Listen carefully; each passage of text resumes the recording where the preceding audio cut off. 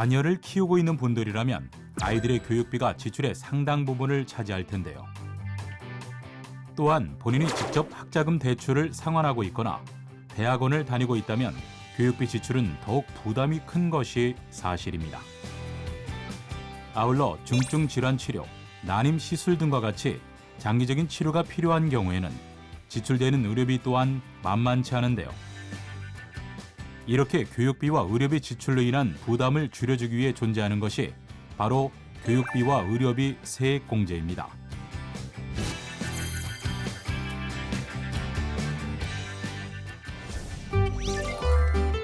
교육비 세액공제는 근로소득자가 본인 또는 기본공제 대상자를 위해 지출한 교육비에 대한 세액공제를 말하는데요.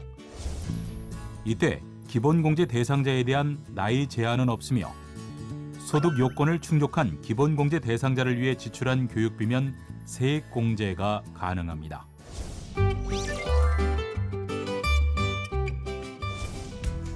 교육비 세액공제는 공제 대상 교육비의 15%만큼 받을 수 있는데요. 만약 자녀의 대학교 학비가 600만 원일 때 세액공제액은 15%인 90만 원이 되는 것입니다. 그렇다면 어떤 교육비가 공제 대상인지 하나씩 살펴보겠습니다.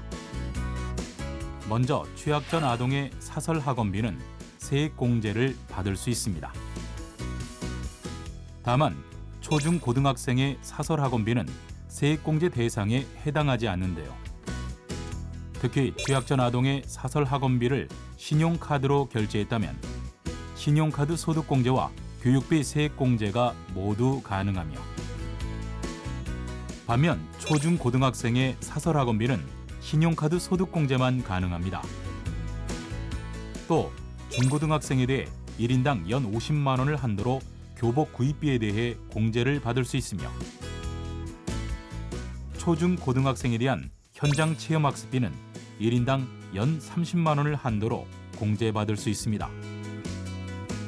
이와 함께 2017년 1월 1일 이후부터는 학자금 대출 원리금 상환 금액도 교육비 세액 공제가 가능하며 다만 자녀의 학자금을 부모가 상환했다고 해서 부모가 교육비 세액 공제를 받을 수 있는 것은 아닌데요. 학자금 대출을 받은 본인이 직접 학자금을 상환할 때 공제를 받을 수 있습니다.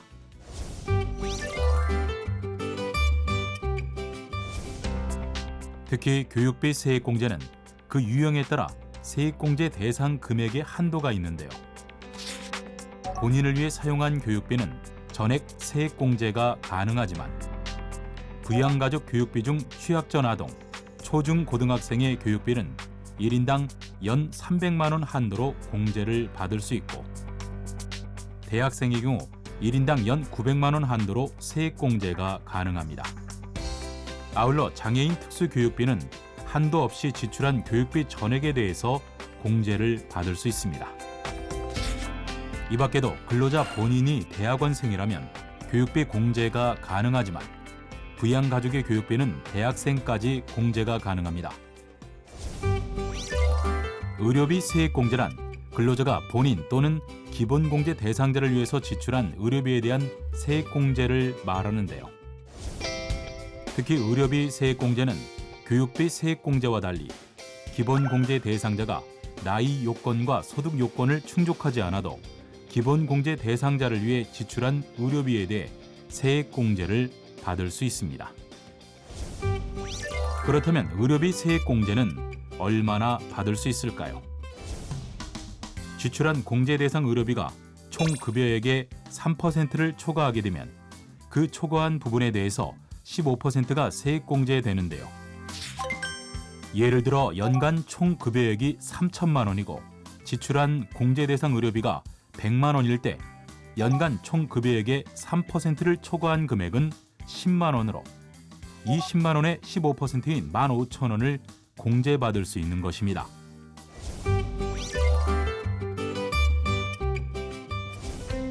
의료비 세액공제의 대상은 치료 목적으로 지출한 의료비인데요.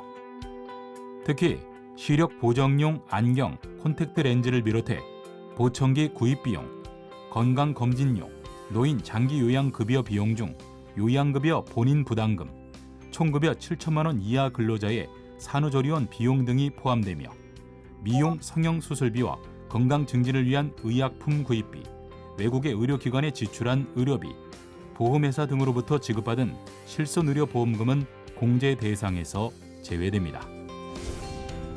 어떻게 준비하느냐에 따라 달라지는 연말정산. 따라서 공제받을 수 있는 항목이 있다면 미리미리 꼼꼼하게 챙겨두시길 바랍니다.